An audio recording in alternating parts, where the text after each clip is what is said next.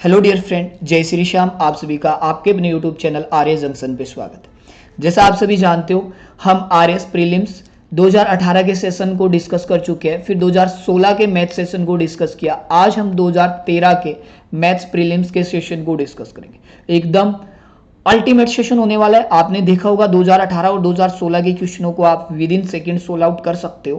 तो हम सबसे सरल और सबसे बेहतरीन कंसेप्ट के साथ मैथ्स को सीख रहे हैं।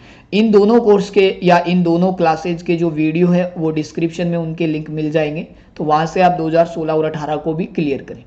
अब बात कर रहे हैं कि अगर आप चाहते हो कि पूरा कोर्स कंसेप्ट के साथ ट्रिक के साथ हम पढ़ें, साथ साथ में हम सर टॉप मोस्ट क्वेश्चंस की प्रैक्टिस करें, मिसलेनियस की करें, प्रीवियस ईयर के करें, तो आप कंप्लीट कोर्स के लिए भी आरएस जंक्शन का जो ऐप है वहां से आप इनरोल कर सकते हैं। तो आज का जो हमारा फर्स्ट क्वेश्चन है 2013 का प्रीलिम्स का क्वेश्चन। आपको देख रहे हैं कि एवरेज का एक क्वेश्चन है और आपको बहुत ही आराम से करना है। तो फर्स्ट ऑफ आपको पढ़ना है और धीरे धीरे क्वेश्चन को समझना है, सुकून के साथ करना है। हमारे पास 3 नंबर है एबीसी, जिनका एवरेज MY3 है। एवरेज होता है योग बटा संख्या, तो संख्याएं 3 है तो 3 लिख लीजिए और योग एवरेज है MY3। तो मैं स्मॉल m लिखूं कैपिटल M लिखूं ज्यादा मैटर नहीं करता। यहां से अगर आपने इन्हें सरल किया तो 3 से 3 कट जाएगा, देन ABC का जो सम आएगा वो आएगा M। तो ABC का यहां से सम क्या आया दोस्तों, M।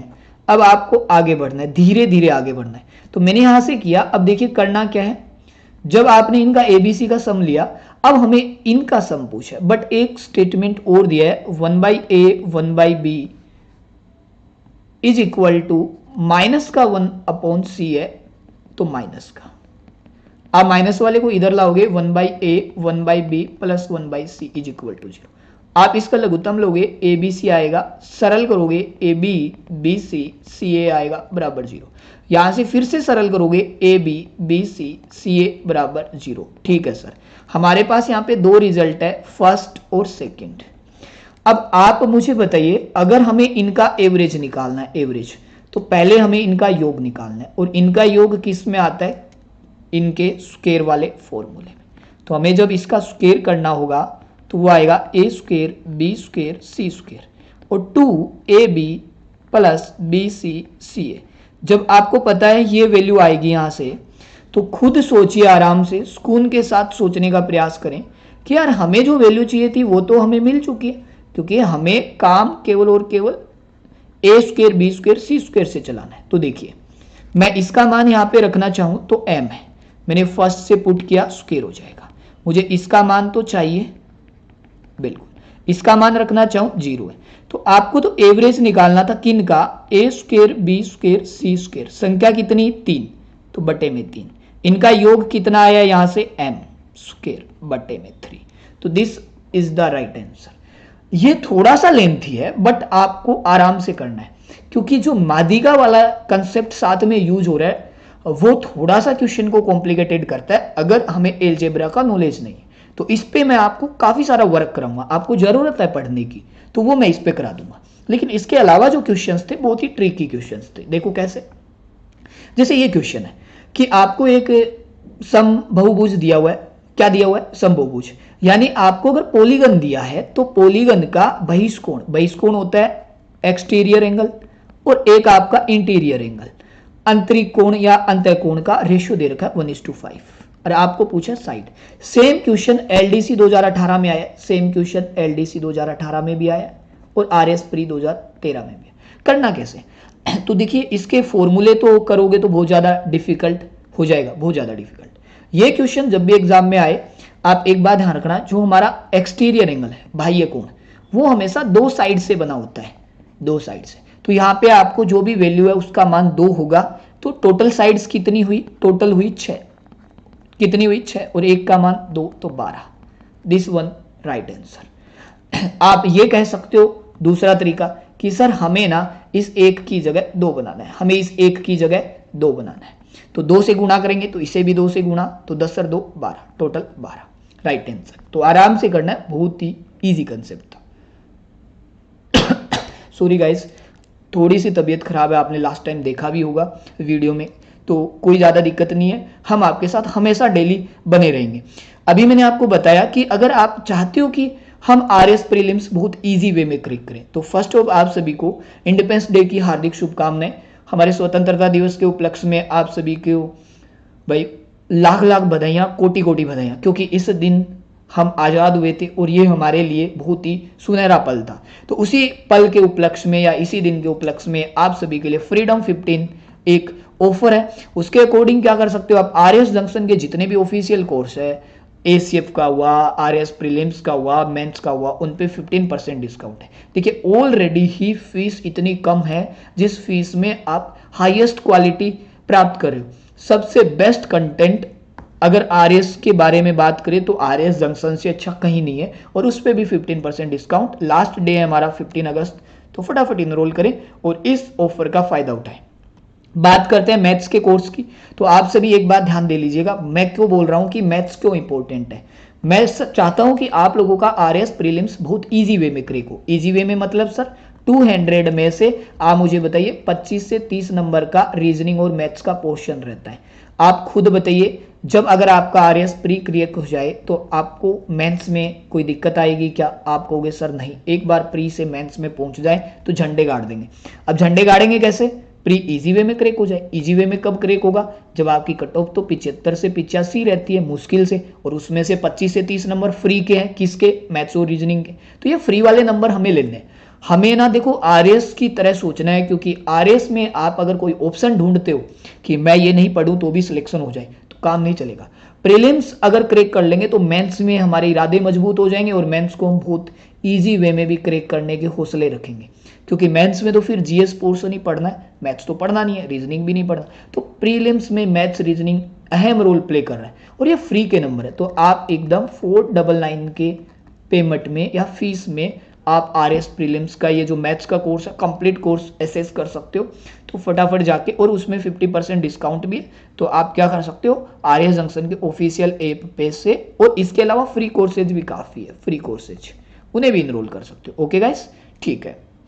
अब बात करते हैं नेक्स्ट क्वेश्चन की। ये भी पेपर में आ गया। तो पूछा क्या, ध्यान दो कि हमें एक पाई चार्ट दिखाया, और पाई चार्ट में भोजन, वस्त्र और विविध खर्च, यातायात, मकान, बचत। ये पाई चार्ट एक्चुअली होता क्या? देखो पाई चार्ट हमारे 4 टाइप से बनते हैं। तो मैं ये कौन सा पाई चार्ट, मतलब चार्ट होते हैं वो 4 तरीके से बनते हैं। ये पाई वाला है, यानी ये सर्किल वाला, और सर्किल में परसेंट तो होते हैं 100, डिग्री होती है 360।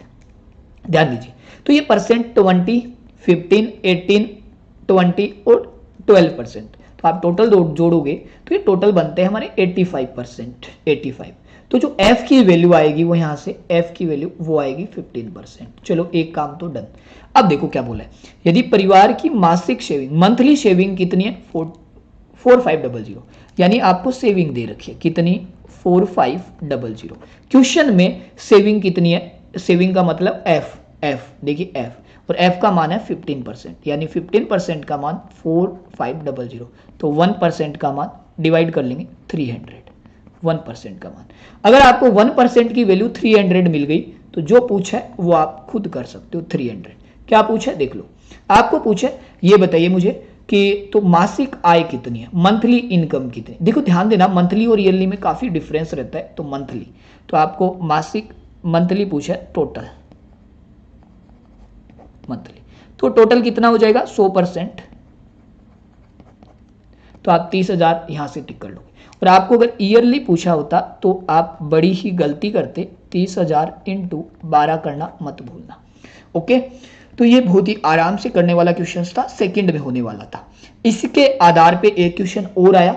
अब ये ध्यान देना, जैसे वो पाई चार्ट पे था किस पे? परसेंट में, और ये किस पे है? डिग्री में। ध्यान दो, आपको बोला है वर्ष 2008 में मशीन का जो टोटल दे रखा है इस घटकों में बांटा गया था 24,000 रुपए को। तो अब आपको पूछे कि अगर हम इनमें चेंज कर दे 10%, 20%, 10%, तो नए मूल्य क्या होंगे 2009 में। फर्स्ट ऑफ आपको ये तो पता करो कि यहाँ पे x पे क्या लगता था। देखो 90 डिग्री होता है ना, 90 डिग्री 360 का होता है 1/4। तो जब आप इसका 1/4 निकालोगे ना तो x की वैल्यू आएगी 6000। ध्यान दीजिए, और जो 120 होता है 120 वो होता है 360 का 1/3 पार्ट। जब आप इसका 1/3 पार्ट निकालोगे y का 1/3 मतलब 24,000 का 1/3 होता है 8,000। तो ये 8000 आ चुके और ये 6000 आ चुके, तो जेड की वैल्यू कितनी बचेगी, मैं थोड़ा सा अच्छे से करा दूंगा जेड की वैल्यू, तो 14 तो 10,000 रुपए, ये लीजिए। अब आपको ध्यान देना है स्क्रीन पे, आपने इसको 10% बढ़ाया, 20 बढ़ाया, 10 बढ़ाया, तो आप मुझे बताओ इसको 10 बढ़ाओगे तो 11,000 हो जाएगा, 11,000 ऑप्शन में 11,000, एक ही ऑप्शन में 2 इज द राइट आंसर। बाकी ट्राई मत करो, चाहे आप चाहो तो इसको भी लिख सकते हो 9600, इसको भी लिख सकते हो 6600, कोई दिक्कत नहीं है, लेकिन फिर भी हमारा ऑप्शन 2 ही राइट रहेगा। तो ये पाई चार्ट के 2 क्वेश्चन थे। अब देखो सबसे अल्टीमेट क्वेश्चन, एज का, बड़ा ही धांसू क्वेश्चन था। लॉजिकली सोचना है फिर अप्रोच लगानी है। कैसे? पिछले वर्ष इना की आयु किसी संख्या का वर्ग थी, मतलब 1 साल पहले कोई वर्ग बननी चाहिए, तथा आगामी वर्ष में किसी संख्या का घन था। जैसे ये कोई नंबर है, जिस जस्ट बाद हमें यहाँ पे क्यूब आना चाहिए और जस्ट इससे पहले हमारा स्क्वायर आना चाहिए। तो दोस्तों केवल और केवल ऐसे नंबर एक ही जगह पॉसिबल है, ध्यान दे लेना इस लाइफ में, और बाकी कहीं पॉसिबल नहीं है। ऐसे नंबर पास आ ही नहीं सकते जिनका क्यूब और स्क्वायर पास हो, बिल्कुल भी नहीं है। क्यूब और आगे पीछे नहीं आ सकते, आप ध्यान देना, यही बन रहे हैं, बाकी में तो बहुत डिफरेंस आएगा। कैसे? जैसे देखो 1 का क्यूब 1 और स्क्वायर कितना होता है 1, 2 का क्यूब 2 की बात करोगे आप तो 2 का स्क्वायर 4 और क्यूब 8। आप डिफरेंस देखो, 1 का कहीं नहीं आएगा, पास में कहीं नहीं आएंगे। 3 का करोगे तो 9 होता है यहाँ पे, चलो यहाँ पे देखोगे 3 का 27, केवल 4 का करोगे आप तो यहाँ पे कहीं पे भी देखो 2 नंबर पास नहीं आएंगे जिनमें डिफरेंस हो। 5 का तो चलो यहाँ तो आप 25 लिख, 4 का 16 लिख लोगे, लेकिन यहाँ पे 64 होता है। तो पास नंबर देखो, यहाँ पे कोई भी नंबर पास नहीं आ रहे। अब जैसे मैंने 5 का लिखा, 25 भी होता है, 125 भी होता है, लेकिन यहाँ पे आप देखो कि ये 27 और 25 पास बन रहे हैं, बाकी कोई भी नंबर इतना, यहाँ पे गैप 1 का है, हमें तो गैप भी चाहिए। तो ये थोड़ा सा लॉजिकली क्वेश्चन है, बहुत अच्छी अप्रोच के साथ। तो पेपर में ऐसे ही क्वेश्चन आने होते हैं जो आपको करने होते हैं।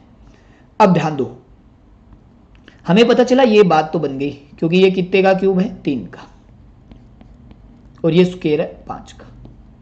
अब क्या बोल रहे हैं, तो उस आगे आने वाले कम से कम और कितने वर्ष इंतजार करना होगा जिसकी उसकी आयु क्या हो जाए, पुनः किसी संख्या का क्यूब हो जाए।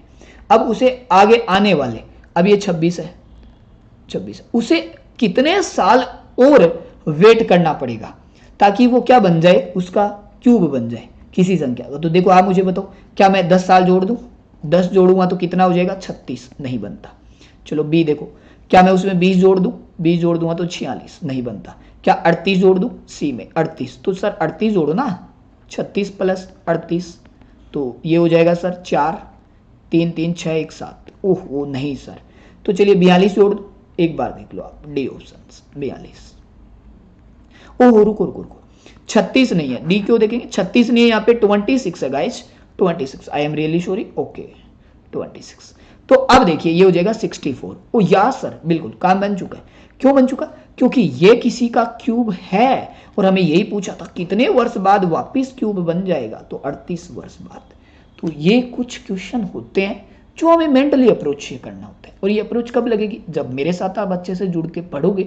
और आप प्रीवियस वीडियो भी प्लेलिस्ट में जाके देख सकते हो, पूरी प्लेलिस्ट में अभी डिस्क्रिप्शन में डलवा दूंगा, नंबर सिस्टम की भी, तो वो भी आप देख सकते हो। तो ओके गाइस, ऐसे ही कुछ क्वेश्चंस थे 2013 के हमने डिस्कस किए, 2016 हो चुका है, 2018 हो चुका है। पूरे कोर्स के लिए आप RX जंक्शन के ऑफिशियल ऐप पे जाके इनरोल करें। Thank you so much.